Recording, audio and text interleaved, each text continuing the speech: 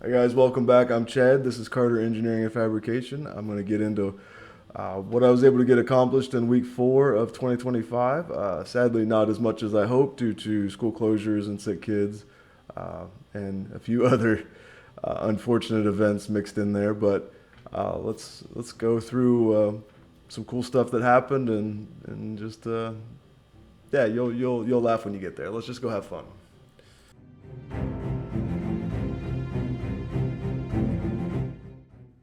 All right, so a quick update since last week on the Ford 8.8 rear axle for the Camaro. The prints came out fine. A slight tweak to a couple of dimensions just to um, finalize everything. Material has been ordered, and we'll start machining those when they come in.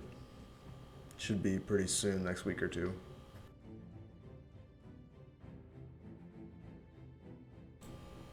All right, so I love online auctions. My favorite is RJM Auctions out of Plymouth, and this month's auction had quite a bit of really good industrial stuff. A lot of pallet racking, a lot of flammable safety cabinets, and I thought this is probably the right time to get some teardrop racking. I get there with the trailer, and funny enough, all my night before prep of tire pressures and stuff, I get there and a tire had completely locked up, rubbed all the way through, and put a hole in it. Yeah, so was able to get that fixed by taking that wheel off, driving home, pounding the absolute shit out of the drum with a sledgehammer.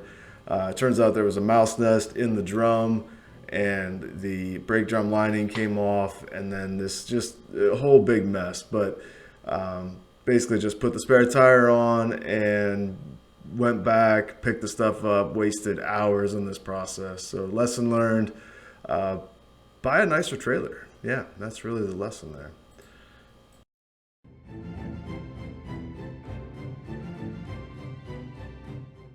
So continuing in the auction theme, I did get a pretty nice flammable cabinet.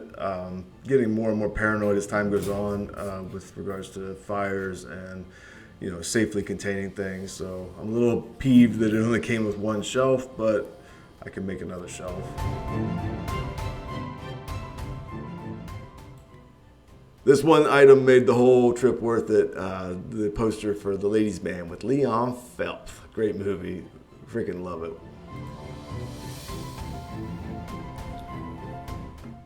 So a little maintenance on the daily this week. The gray truck, not the red one, just like that comparison for fun. But this is the Carly steering stabilizer that I ended up going with.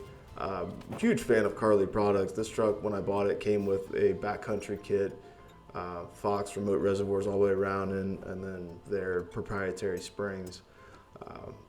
And anyway, this steering damper, the truck just rolled over 100,000 miles. This one I put on at about 50,000 miles, the Mopar part number, and I was happy with that. I was going to do it again, but the price has almost doubled since 2021 when I put that steering damper on.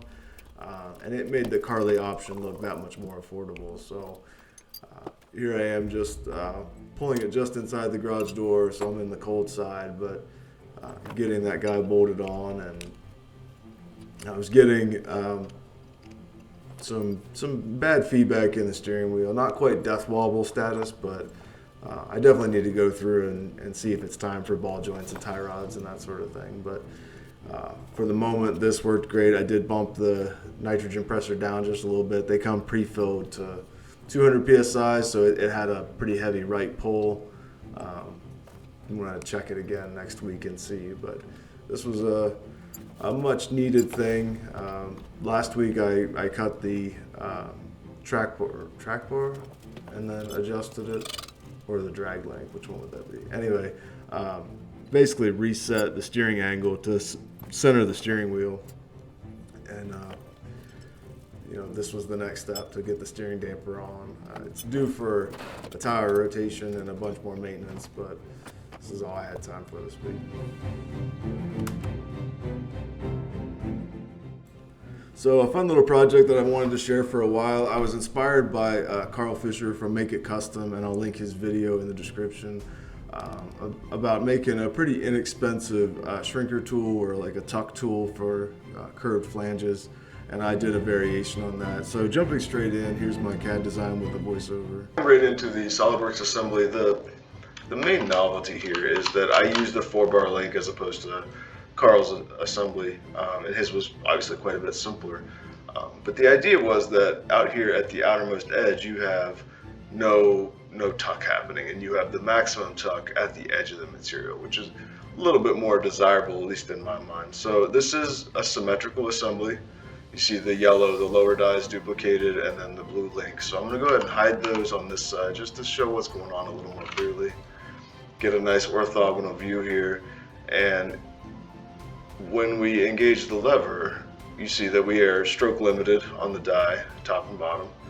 And I'm going to zoom in a little bit closer here just to show that the die has very little movement out here at the end, and we're getting all of the tuck forming at the edge of the material. It's not perfect motion, but it's pretty close given the constraints of the overall envelope. Practically speaking, I'm pretty happy with it. For approximately a $40 tool, when purchased through a laser cutter, assembled with standard grade 5 hardware, 5/16 bolts and lock nuts to set a little bit of preload. You could get fancier with press fits and pins, but honestly, this was just a proof of concept. It was a fun thing, so let's go and I'll show you the example and the kind of rough comparison to a conventional shrinker.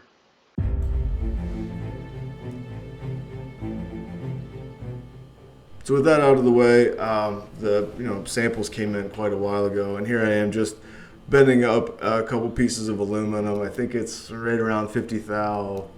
I don't know, it's unknownium at this point. It's from the scrap bin. But I bent up 2 identical 90-degree sections, and I'm just going to use those for shrinking. See how this goes. That is my homemade box and pan brake. I've got CAD for that, and I'll go over that some other time, but super handy to have one in the shop. So here's the 290 sections. Then I'm jumping into, I've got the really inexpensive, I think it was an Amazon special, shrinker stretcher, clamped down to the table. I'm just doing this as a comparison.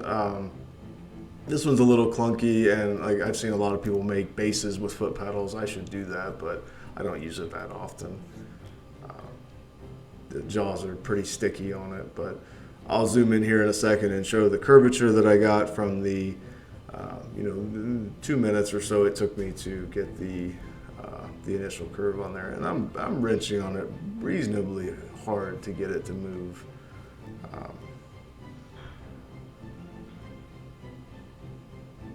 Yeah. Reef.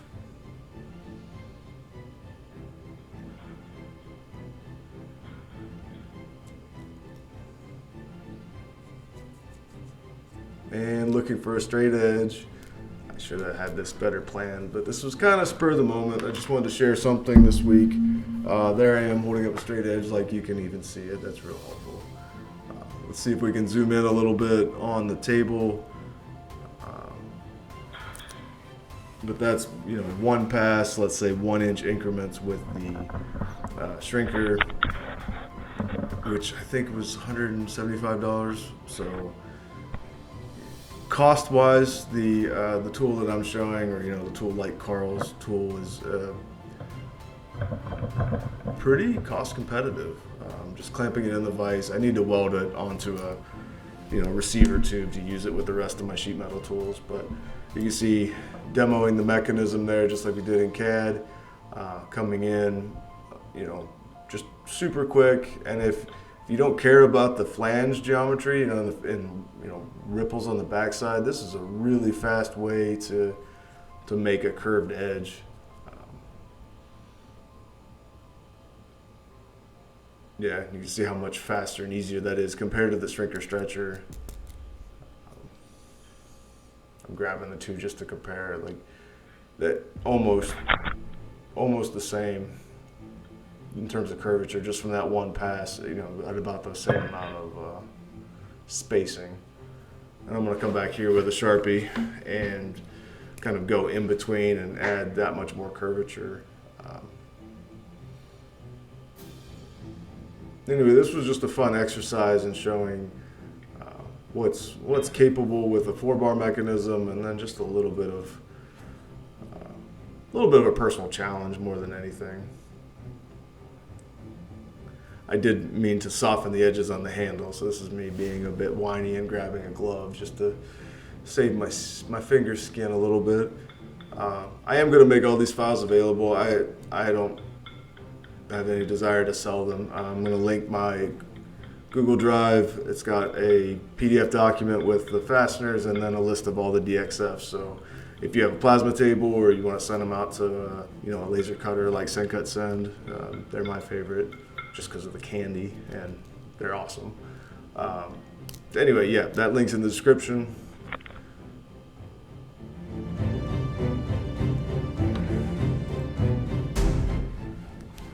So while we're on the subject of pallet racking, this is standing in the shop looking at the north wall, so the 40-foot wall, and then looking east at the, again, 40-foot wall from the corner to the garage door. And I'm planning on probably 3 to 4 sections of pallet racking on the north wall, going over top of the tractors, and then similarly, I think 4 sections.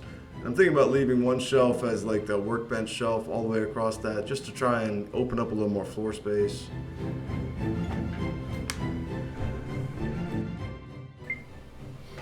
So that's my week in a nutshell. Drop a comment if you see anything, any questions you want to ask. Otherwise, I'm going to try and get some good work done on all the open projects this coming week. So fingers crossed for no more sick kids, sick wife, or school closures. If we can get through those things, then the rest is gravy. So that's it for this week. Check out the link in the description for the tuck shrinker if that's something that you're interested in. And see you guys for week 5. I'm out.